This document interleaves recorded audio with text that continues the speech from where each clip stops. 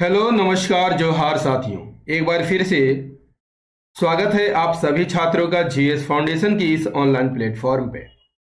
आज का session Jharkhand GK का महत्वपूर्ण सेशन है और जो ये सेशन है दोस्तों प्रैक्टिस सेशन है। इससे आपको पता चल सकता है कि आपकी तैयारी कैसी चल रही है। दोस्तों आप लोग इसे शेयर कर दीजिएगा। इसमें बहुत ही अच्छे क्वेश्चन है,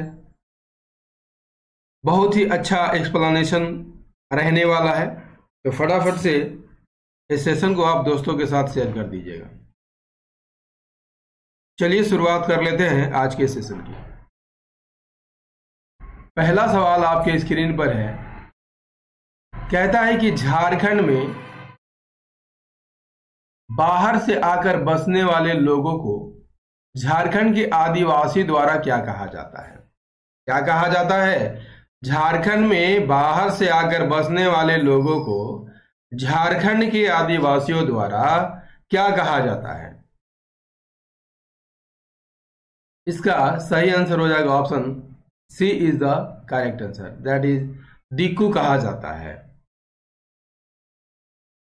झारखंड के गैर जनजातीय मूल निवासियों को क्या कहा जाता है? सदान कहा जाता है। और झारखंड में बाहर से आकर बसने वाले लोगों को आदिवासियों द्वारा क्या कहा जाता है? दिक्कू कहा जाता है। क्या कहा जाता है? दिक्कू कहा जाता है। चलिए नेक्स्ट क्वेश्चन का आंसर कीजिए।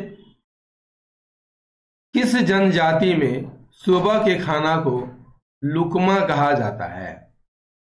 किस जनजाति में सुबह के खाना को लुकमा कहा जाता है? सही आंसर हो जाएगा option C is the correct answer. Kharwar जनजाति में सुबह के खाना को लुकमा कहा जाता है। Option C is the correct answer. Kharwar जनजाति में और बिरजिया में भी सुबह के खाना को लुकमा कहा जाता है। दोपहर के भोजन को बियारी कहा जाता है और रात के खाने को कलेबा कहा जाता है। नेक्स्ट है, जैतगढ़ का किला इनमें से किस नदी के किनारे अवस्थित है? चलिए आंसर कीजिए तो फटाफट। जैतगढ़ का किला इनमें से किस नदी के किनारे अवस्थित है? इसका सही आंसर हो जाएगा दोस्तों ऑप्शन सी सही आंसर हो जाएगा, बैतरनी नदी के किनारे अवस्थित है। जैतगढ़ का किला किस जिले में है? पश्चिमी सिंहभूम जिले में है, बैतरनी नदी के किनारे है और इसका निर्माण पोरहट नरेश काला अर्जुन सिंह ने कराया था। क्लियर ना? चलिए अगला आंसर कीजिए। गुमला स्थित टांगी नाथ धाम का मंदिर इनमें से किस पहाड़ी पर अवस्थित है? ऑप्शन है कोल्हुआ पहाड़ी, मझगांव पहाड़ी, पसेरी पहाड़ी या टैगोर पहाड़ी। गुमला स्थित टांगी नाथ धाम का मंदिर इनमें से किस पहाड़ी पर अवस्थित है? सही आंसर हो जाएगा मझगांव पहाड़ी पर अवस्थित है। टांगी नाथ धाम मंदिर किस जिले में है? गुमला जिले में है, मझगांव नामक पहाड़ी पर है। मंदिर के अंदर एक विशाल शिवलिंग आपको देखने को मिलेगा। इसके अलावा 8 छोटे छोटे शिवलिंग भी दिखाई देते हैं। शिवलिंग के अलावा मां दुर्गा, लक्ष्मी, भगवती, गणेश, हनुमान आदि की प्रतिमाएं हैं। इस मंदिर के पास एक अष्टकोणीय खंडित त्रिशूल अवस्थित है जिसकी भूमि से ऊंचाई लगभग कितनी है? 11 फीट है। कितने हैं दोस्तों? 11 फीट है। इतिहासकार इसे 5वीं और 6वीं शताब्दी का मानते हैं। इस मंदिर का निर्माण पूर्व मध्यकाल में हुआ था। इस स्थान का संबंध परशुराम से जोड़कर देखा जाता है। एक मान्यता के अनुसार आज भी परशुराम का पद चिन्ह यहाँ पर मौजूद दिखाई देता है। यहाँ परशुराम द्वारा प्रयुक्त फरसा यानी टांगी गड़ा हुआ है और इस स्थान का संबंध किस संप्रदाय से है? पाशुपात संप्रदाय से है। दोस्तों फैक्ट थोड़ा लंबा है, ठीक है, फैक्ट थोड़ा लंबा है, लेकिन इससे परीक्षा में सवाल आने की संभावना है, ठीक है। तो आप इसे एक कलम कॉपी लीजिएगा और नोट जरूर कीजिएगा। नेक्स्ट है, झारखंड में शिकार के अवसर पर गाया जाने वाला एक प्रमुख लोकगीत जापी। जापी का गायन सामान्यतः किस जनजाति में किया जाता है? संथाल, मुंडा, उरांव या हो? तो जापी का गायन मुंडा जनजाति में किया जाता है। ऑप्शन बी यहां पर सही आंसर हो जाएगा। जदुर की बात कर लिया जाए तो सरहुल और वाय पर्व से संबंधित लोकगीत है। गेना और जदुर जदुर लोकगीत के पूरक के रूप में गाया जाता है। आदंडी विवाह संबंधी लोकगीत है।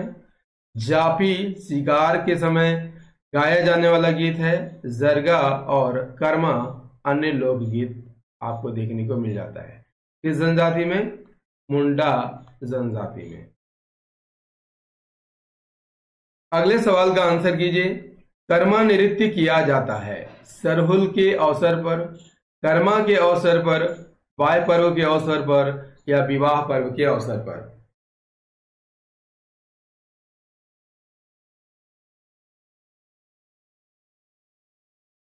सही आंसर क्या हो जाएगा? जैसा कि नाम से ही पता चल रहा है दोस्तों, कर्मा नृत्य कर्मा पर्व के अवसर पर गाया जाता है। ऑप्शन बी सही आंसर हो जाएगा। कर्मा नृत्य को लहुसा नृत्य के नाम से भी जाना जाता है ना। इसमें 8 पुरुष और 8 स्त्री भाग लेते हैं। यह नृत्य मुख्यतः कर्मा पर्व के अवसर पर सामूहिक रूप से किया जाता है ना।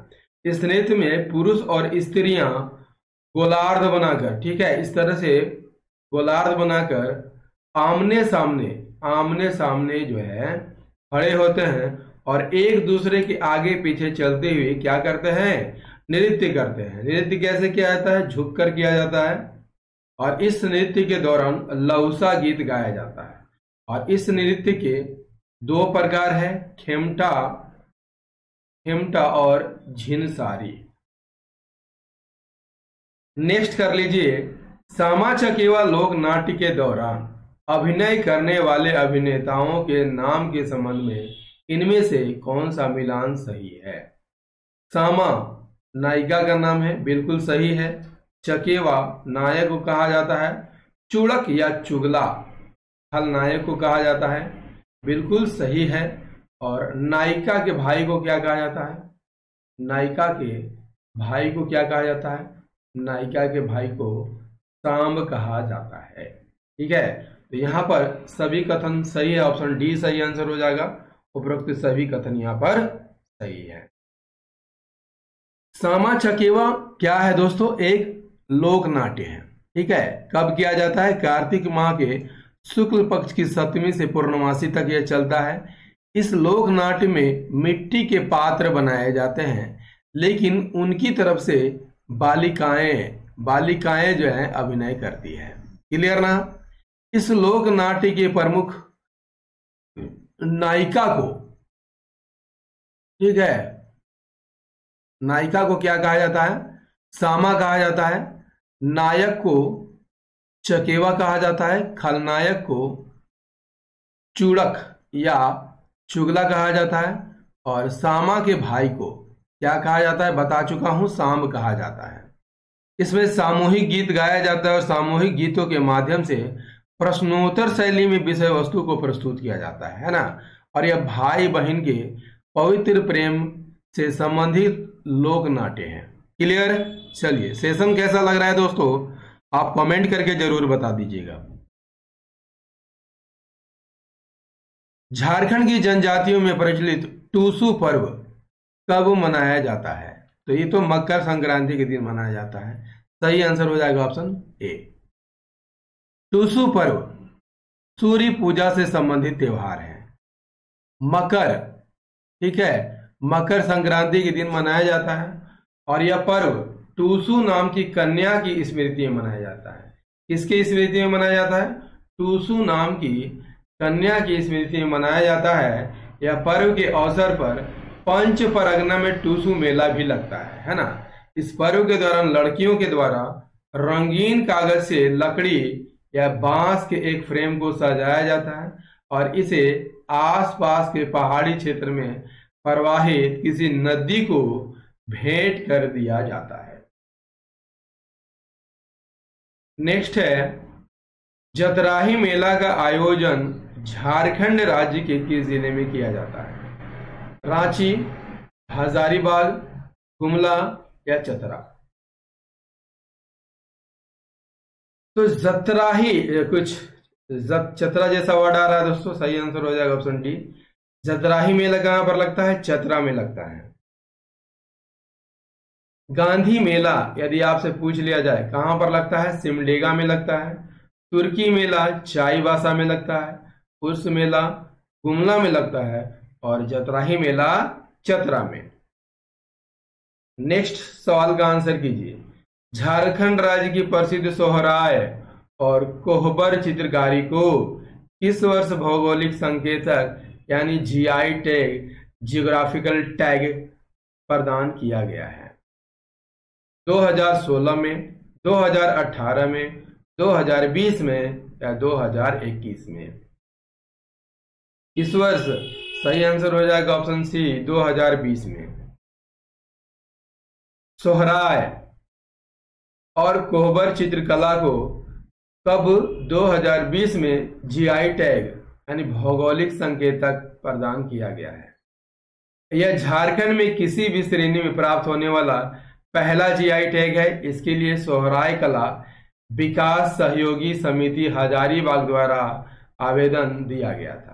क्लियर ना? चलिए नेक्स्ट है, झारखंड के नट, मलाट और गुलगुलिया जातियों में इनमें से कौन सी भाषा बोली जाती है? झारखंड के नट, मलाट और गुलगुलिया जनजातियों में इनमें से कौन सी भाषा बोली जाती है? सही आंसर हो जाएगा ऑप्शन ए, जिप्सी भाषा बोली जाती है। Option A is the correct answer. Gypsy Jharkhand के सीमित क्षेत्र में बोली जाने वाली भाषा है और नट, मलाट और गुलगुलिया जनजातियों द्वारा इसका इस्तेमाल किया जाता है।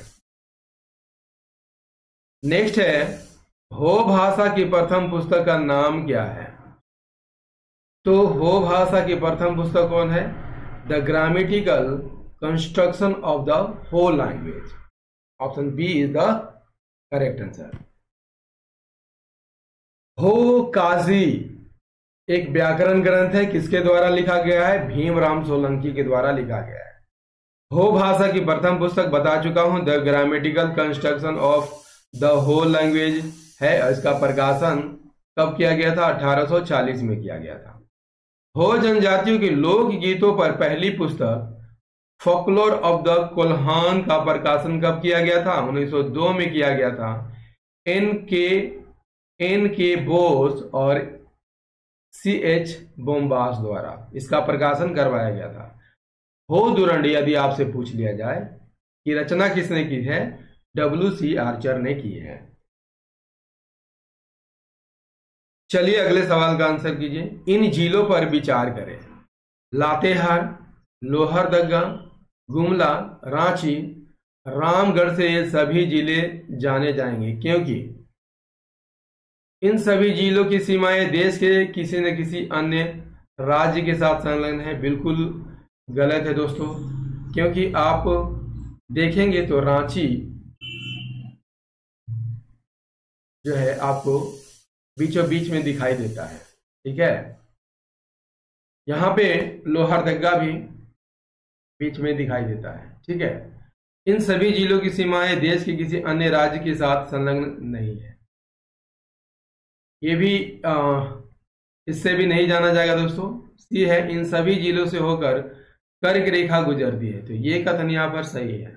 इन सभी जिलों में उद्योगों का पर्याप्त विकास हुआ है, जो कि गलत है। ऑप्शन सी सही आंसर हो जाएगा। इन सभी जिलों से कर्क रेखा गुजरती है। कर्क रेखा झारखंड राज्य के बिल्कुल मध्य से होकर गुजरती है। ठीक है, लातेहार, लोहरदगा, गुमला, रांची और रामगढ़ से होकर गुजरती है। दोस्तों किसी बच्चे ने कमेंट किया था यह रेखा जो है बोकारो से होकर भी गुजरती है, तो आप मैप में देख के बताइएगा कि बोकारो से गुजरती है या नहीं। क्लियर? नेक्स्ट है झारखंड राज्य के इनमें से किस क्षेत्र में धारवाड़ क्रम की चट्टानों का विस्तार है? तो धारवाड़ क्रम की चट्टानों का विस्तार पूर्वी सिंहभूम, पश्चिमी सिंहभूम, सरायकेला, खरसावां में है। सही आंसर हो जाएगा ऑप्शन डी। उपरोक्त सभी जिले में धारवाड़ क्रम की चट्टानों का विस्तार पाया जाता है। धारवाड़ क्रम की चट्टानों का विकास आर्कियन क्रम की चट्टानों के अपरदन और निक्षेपण से हुआ है। ठीक है, निक्षेपण के परिणाम स्वरूप हुआ है। इन चट्टानों के बारे में सर्वप्रथम जानकारी कर्नाटक के धारवाड़ जिले से में मिली थी। इसके कारण इसका नामकरण धारवाड़ क्रम की चट्टाने के रूप में हुआ है। और ये चट्टाने जीवाश्म रहित है, इसमें जीवाश्म जो है नहीं पाए जाते हैं, जीवाश्म नहीं पाए जाते हैं। झारखंड में इनका विस्तार कोल्हान क्षेत्र में होने के कारण इसे कोल्हान क्रम की चट्टाने भी कहा जाता है। इन चट्टानों में लो एस की प्रचुर उपलब्धता के कारण इन्हें लो एस की श्रृंखला आयरन और सीरीज भी कहा जाता है। चट्टानों का विस्तार पूर्वी सिंहभूम, पश्चिमी सिंहभूम और सरायकेला खरसावां जिले में हुआ है। नेक्स्ट है राजमहल पहाड़ी क्षेत्र का विस्तार इनमें से किस जिले में नहीं है? तो कोडरमा में नहीं है, दुमका, देवघर और साहेबगंज में है। ऑप्शन डी सही आंसर हो जाएगा। राजमहल पहाड़ी का विस्तार देवघर, दुमका, गोड्डा, साहेबगंज, पाकुड़ जिलों में है और राजमहल पहाड़ी क्षेत्र 2000 वर्ग किलोमीटर में फैला हुआ है। दोस्तों झारखंड जीके का मोस्ट इंपोर्टेंट एमसीक्यू आपको कैसा लगा कमेंट करके जरूर बताइएगा। यदि सेशन पसंद आया हो दोस्तों तो एक लाइक कर दीजिएगा, दोस्तों के साथ शेयर कर दीजिएगा और यदि आप भी इस चैनल पर नए हैं तो चैनल को जरूर सब्सक्राइब कर लीजिएगा। मेरी वीडियो 12 बजे दिन में आती है तो इसे रोज देखना मत भूलिएगा। मिलते हैं अगले सेशन में, तब तक लिए जय हिंद, धन्यवाद।